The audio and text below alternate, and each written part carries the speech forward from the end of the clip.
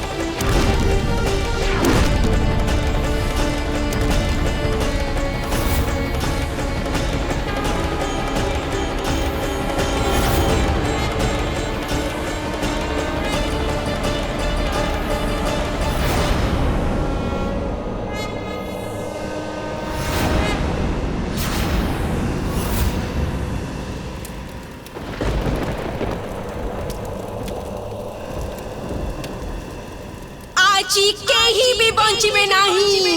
समस्तंकर संहार करिबी मु। ताली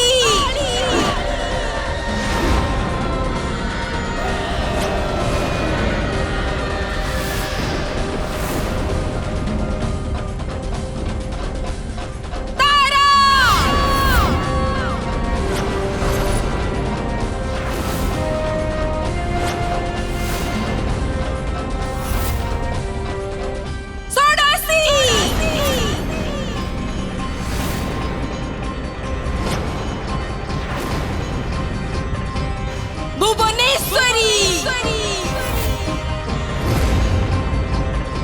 भैरवी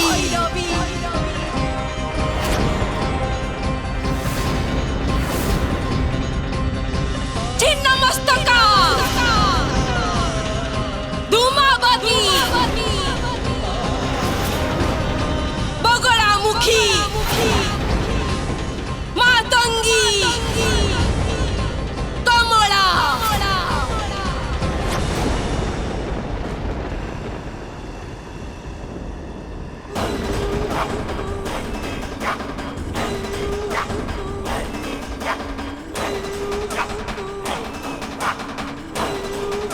मातांकर ए रौद्र रूपठू आउ तांकठू उत्पन्न ए महाविद्यांक ठारू केही निस्तार पाइबे नाही।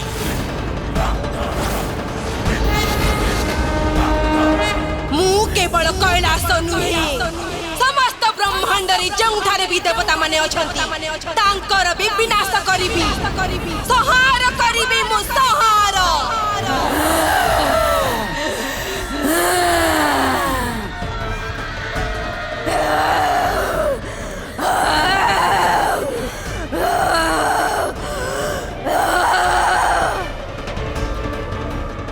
ये 64 जोगिनी मातांक शरीर उत्पन्न हे आम उपरे प्रहार करने को आसुछंती।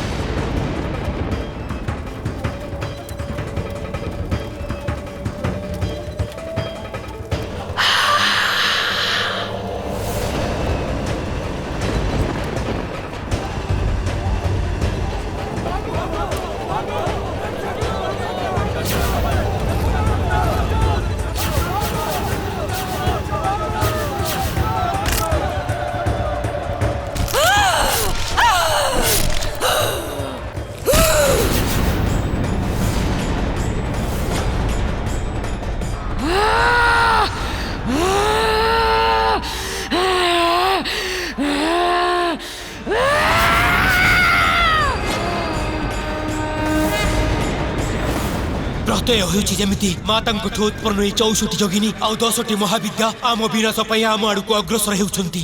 ଅବଶ୍ୟ ଦଣ୍ଡ ଦେବି ମୁଁ ତମମାନଙ୍କର ଏ କୁକର୍ମ ନିମନ୍ତେ। ମୋର ଭୀଷଣ କ୍ରୋଧ ସମସ୍ତ ଦେବତାଙ୍କର ଅସ୍ତିତ୍ୱ ଲୋପ କରିଦେବ। ମୋର କ୍ରୋଧାଗ୍ନି ତମ ସମସ୍ତଙ୍କୁ ଭସ୍ମ କରିଦେବ। କେହି ବଞ୍ଚି ପାରିବେ ନାହିଁ। ସଂହାର କରିବି ସମସ୍ତଙ୍କର ମୁଁ।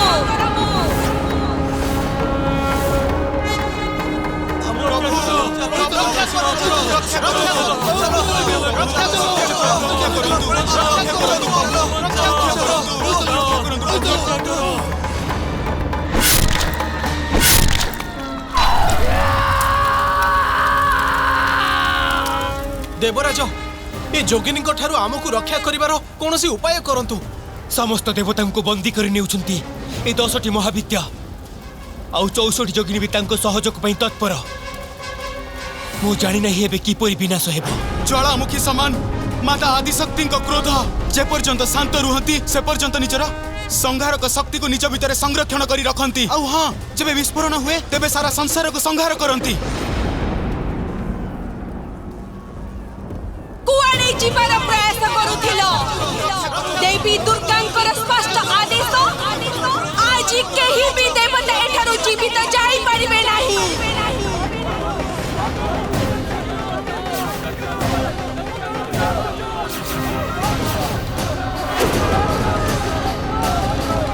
एमिति तो देवी पार्वती समस्तंकर संहार करिदेबे। सर्वत्र विनाश है, ध्वंस होई जीव सृष्टि।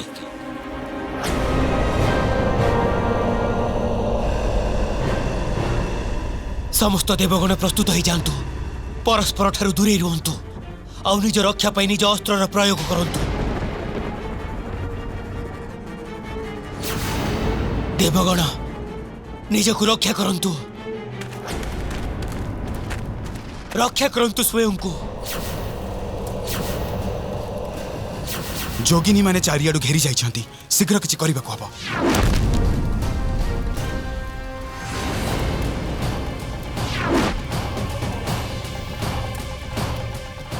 आश्चर्य मो प्रहारर यांको ऊपर कौनसी प्रभाव पड़ुनी।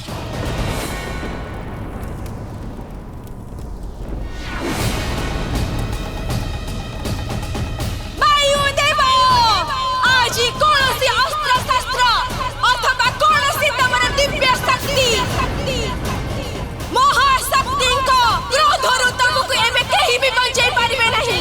केही तुमको रक्षा करि परिबे नहीं। ना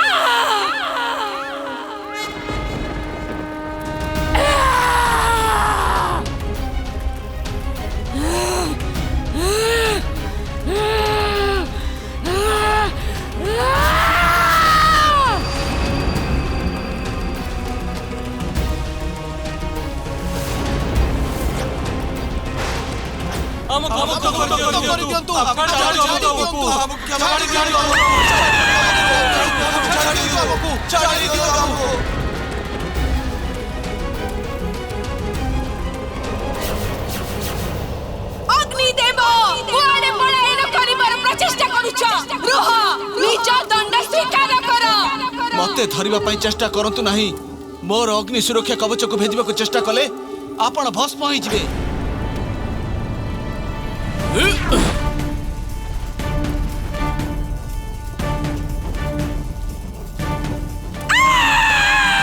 ये कहार गर्जन?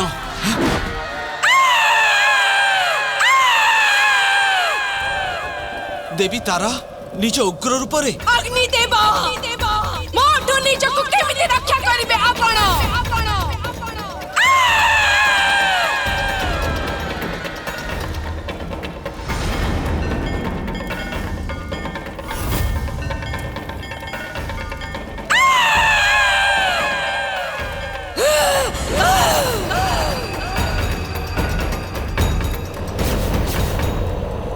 पार्वती दुख एवं क्रोधर रूप नहीं, किंतु एबे तांको रोकिबा संभव नुहे।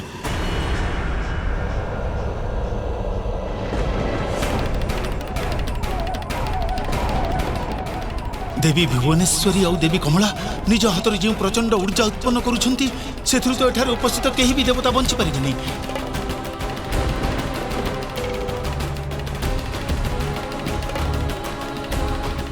जदि मु जल परिवर्तित होइछि तेबे महाविद्या ऊर्जा को सहजरे भेजी जाई परिबि जल रूप केही मते केमिति भस्म करि परिबो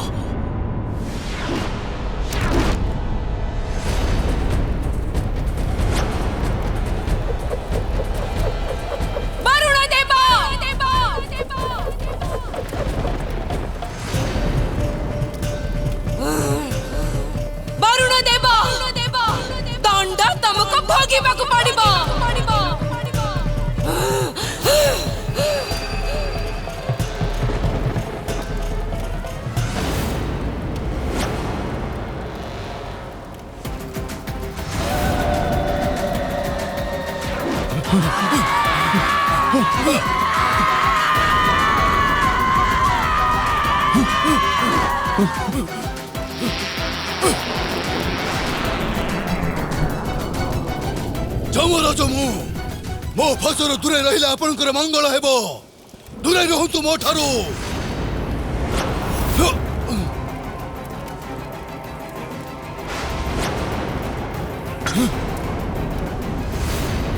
एमिति तो ए चौकीनी मते कोठी भी जीवाकू देबे नाही देवी धूमवती वृद्धा होइतवा जोगु दुर्बल प्रतीत हेउछंती जदि मु तीव्र गति रे दौड़ी पळाए तेबे ये मते कदापि धरि पारिबे नाही रही जाओ जमराज कुआडे जाउछ मते शक्तिहीन भाबिबार भूल कर नाही जमराज एबे जाओ देवी दुर्गांकर उदर रे समाहित हेइ जाओ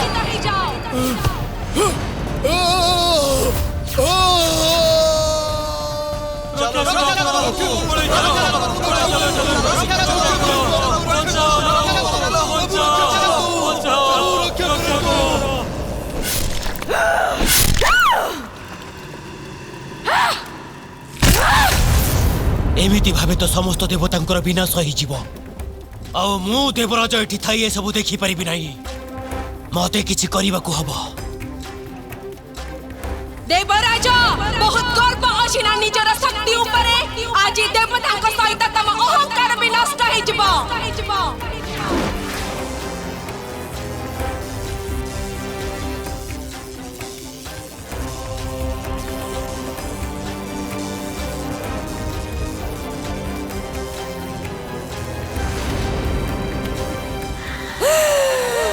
देवराज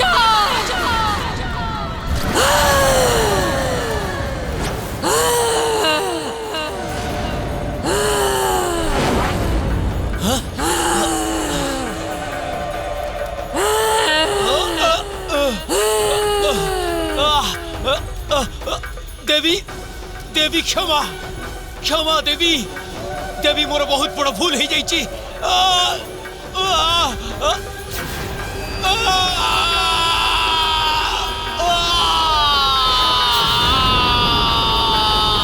इंद्रदेव नहीं एमिति हेई परिबनी इंद्रदेव को रक्षा करने तो अति आवश्यक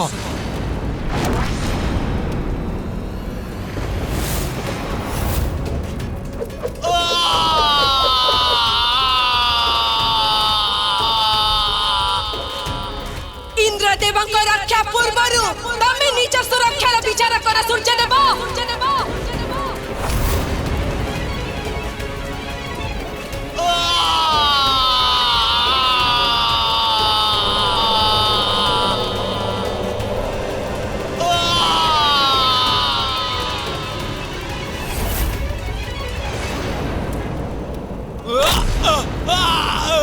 सूर्यदेव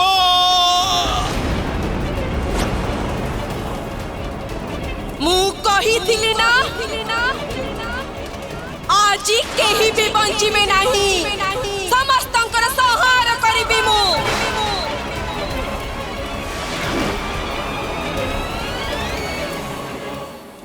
महादेव एबे तो आपण ही देवी पार्वती ए उग्र रूप को शांत करी सृष्टि को संकटरू रक्षा करिबार समर्थ अटंती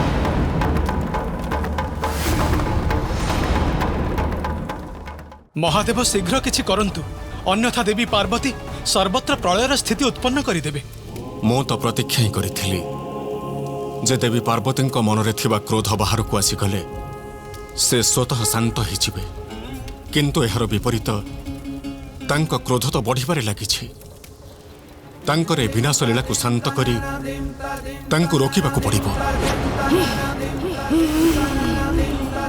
मो पुत्रर बध त्रिशूलरे करिथिले ना आपण?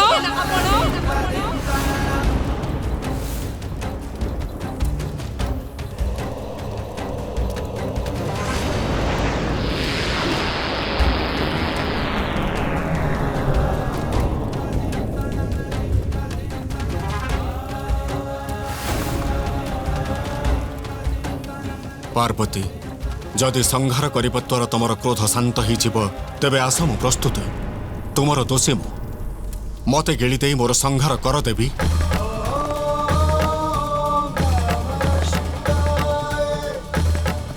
नहीं एहा केमिति करि परिबि मु मते मो क्रोधर मुक्त हबाकू पड़िबो। पार्वती से केवल तुमर नुह मोर भी पुत्र थिला। हाँ यह सत्य पार्वती जे मो द्वारा बहुत बड़ अनर्थ हो जाइछि। पितार हाथ तो पुत्रर हाथ धरी ताकू संसार रे चलिबा शिखई थाए ताकू मार्गदर्शन कराई थाए। आउ एठी मो द्वारा मो पुत्रर बध होइकला किंतु मु आउ कोन बा करिथांती से मते विवश करि देइथिला।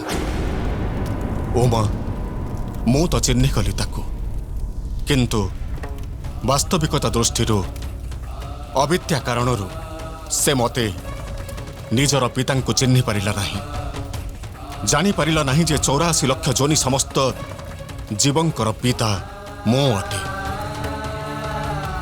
समस्तंक भितरे बाहरे सर्वत्र विराजमान मो अज्ञतावशत किछि भी बुझेबाकू सुजोग देला नहीं से।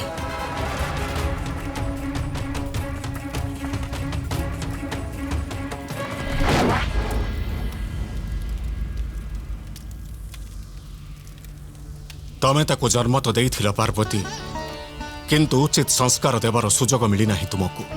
सेइथिपाई ता भितरे अत्यधिक अहंकार थिला जाहाकू नष्ट करिबा अनिवार्य थिला।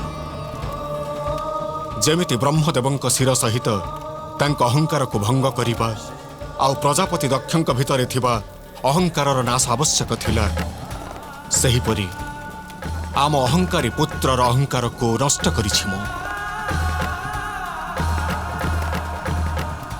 यह सत्य पार्वती जे समस्त जीवनर स्रोत भी मो अटे किंतु जीवन प्राप्त करिबा परे समस्त निज इच्छा अनुसार निजर कर्म चयन निमंते स्वतंत्र।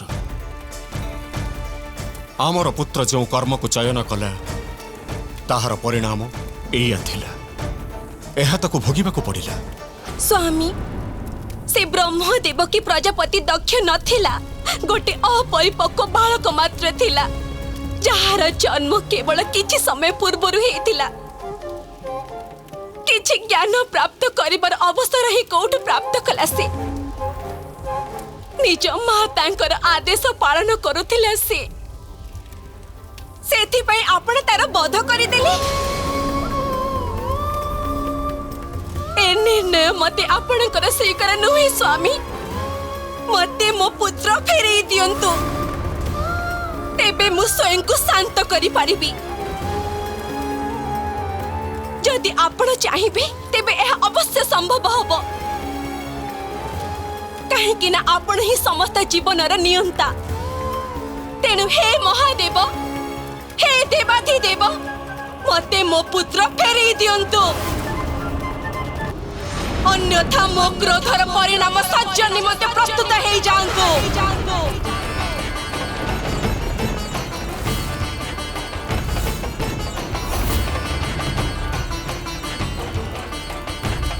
निज पुत्र ठारू अलग हे मु जीवित रही पारिबी नहीं मते मो पुत्र फेरई दियंतु जीवित करंतु मो पुत्र को सर्वत्र व्याप्त आपण आपण जहा चाहिबे करि पारिबे आपण ही जीवित करिबे मो पुत्र को काहे कि ना जी जीवन देई पारिबो नाही तार जीवन नबर कोनोसी अधिकार भी नहीं।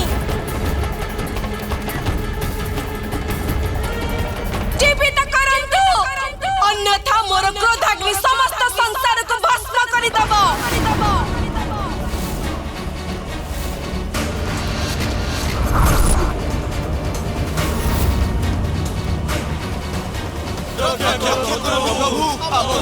ଶୁଣନ୍ତୁ ପ୍ରଭୁ, ରକ୍ଷା କରନ୍ତୁ।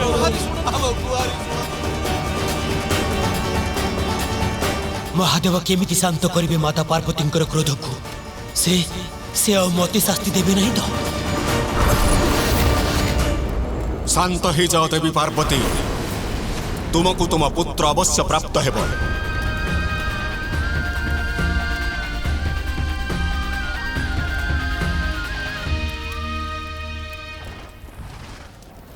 ଇଏ କଣ କହୁଛନ୍ତି ମହାଦେବ? ମାତା ପାର୍ବତୀଙ୍କର ପୁତ୍ର ପୁନଃ ଜୀବିତ ହେବ?